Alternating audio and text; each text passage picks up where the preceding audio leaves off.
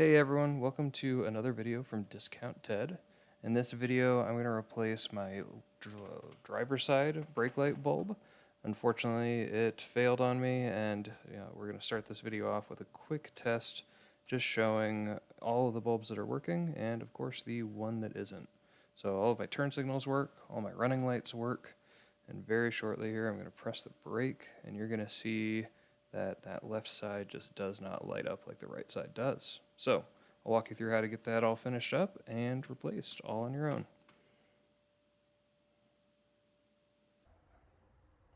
Alright, so as we saw, the brake light in this driver's side or left-hand side tail light wasn't engaging.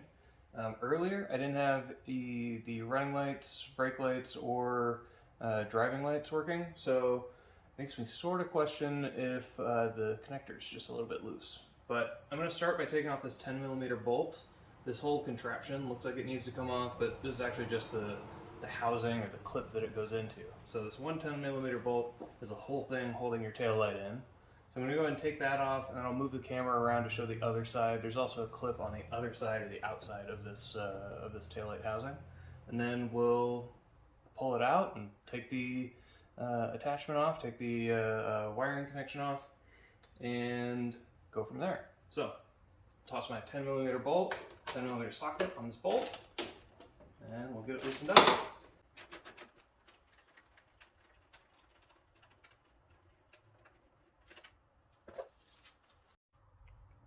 Okay, so now that the bolt's out, I'm just going to gently grab right along here on the front edge of my tail light, and then back here, I'll move this really quick to show you.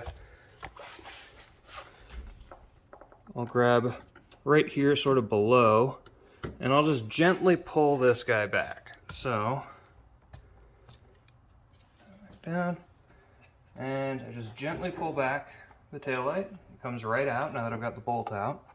And we need to take off our wiring connection. So there's a little tab here that when you push that down, it'll release the connection. So let's see if I can do this with all my hands okay. Push that down, at the same time pull on this, and it comes right out. Well, hopefully it comes right out. Alright, so now I've got my taillight housing out. One thing I've mentioned in previous videos, just a habit of mine, is if I've got a loose bolt, I just put it right back where it goes. That way I don't have to keep track of where was it, what was this bolt for compared to anything else. This is a small enough job, I should be able to keep track of this, but I'm also known to lose stuff, so I just toss it in there. That way I don't need to go looking for it later. So now, looking at the back of my taillight, you can see we've got a bulb all the way out here, and if we glance out here, we can see that's probably the running light out here. I've got a bulb right in here, and that's going to correlate to my reverse light. I've got this bulb in the middle. That's my brake light. If you remember the video a little previously, is to where the other one was lighting up. It's in there. And then we've got the top one up here, which is our turn signal. So the good news for us is all of them are working, except for this one, and only when I press the brakes on it. So we'll start by taking this one out. I do need to go grab some gloves and grab my new bulbs.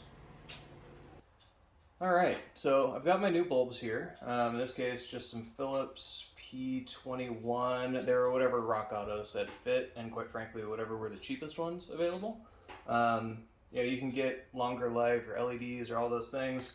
The appeal for me on an LED might be on a job that's more difficult, but this is going to be a 20-minute operation for $2. I'll get it fixed for the next 3 years or so, and in 3 years I'll take the other 20 minutes again to do it.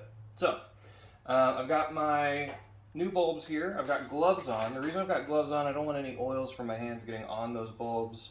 What happens, the oils on there heat up, and it'll actually just cause them to go out earlier. Again, it's not like this is a huge job. You could probably get away without doing that, but it's more sensitive on headlight bulbs than it is on these brake light bulbs.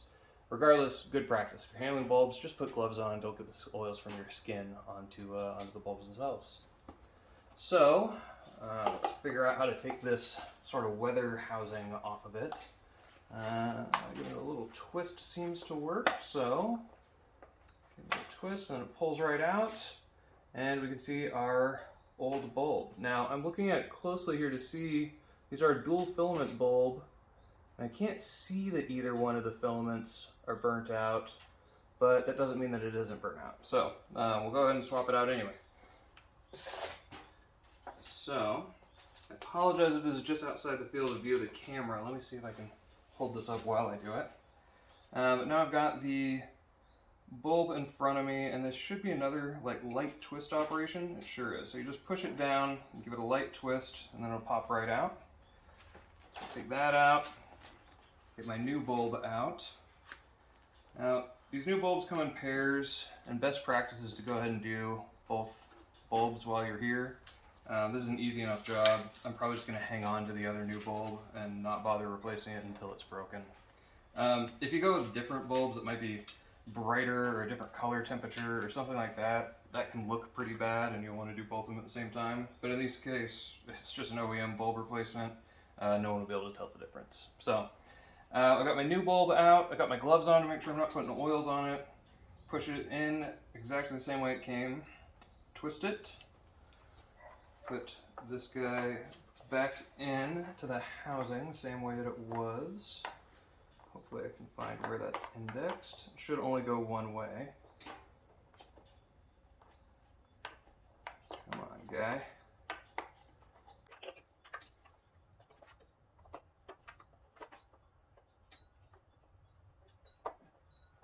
There it is. And a little twist to lock it in. Now we're gonna hook this guy back up, put it back in, and we're all set. So before I get too far ahead of myself, I better take this bolt back out after I just showed you I put it there. That way it's not in my way when I place this thing back in. One other thing as I'm looking at it here, I'm gonna show you really quick. On the driver's side of your 996, behind the taillight, I've got this extra cable pull here. You might be wondering, what's this cable pull for? Well, it's your security or secondary way to open your hatch if, say, your main cable breaks. On later model 996s, it's a bigger concern than it is on this early 996. This is a early build 99 car. The early 99s, they have all cable pulls here as opposed to it being an electric release. The electric releases, you probably want to know where that is, because that way if your battery dies, you can still get that, still get your hatch opened. But with a cable one, the odds of me breaking that cable are pretty low, and I suppose if I have to figure out how to get in there, I'd just probably run a pick down underneath here. It's also pretty dirty under there, pretty dusty. If I were a fastidious person, I would probably go ahead and clean that up, but I'm not a fastidious person. This presents pretty well on this crappy video camera, but if you were to see it in person, you'd be able to tell that I'm not into cleaning cars. So, got my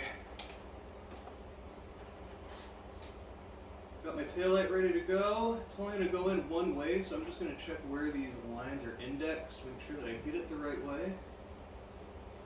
It's going to go this way. Nope. It's going to go that way. You just push till it clicks. I don't think that was a loud enough click that you're going to hear it on the video, but in any case, it clicked. So I've got that clipped in, and then now I'm going to get that backside put in. And just gently push this in. Should be easier than that. There we go. Push it right back into where that bolt lines up.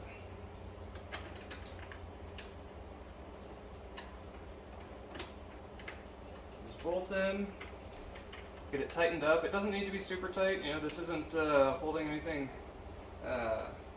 isn't holding any weight or anything like that. But you just want it tight enough that it's not going to back itself back out. So, a little quarter turn. There we go. Now, let's see if it worked.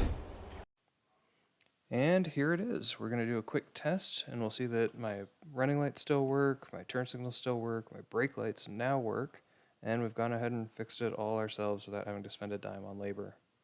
Thanks for watching, and I hope that you enjoyed the video, and I'll keep them coming. Thanks.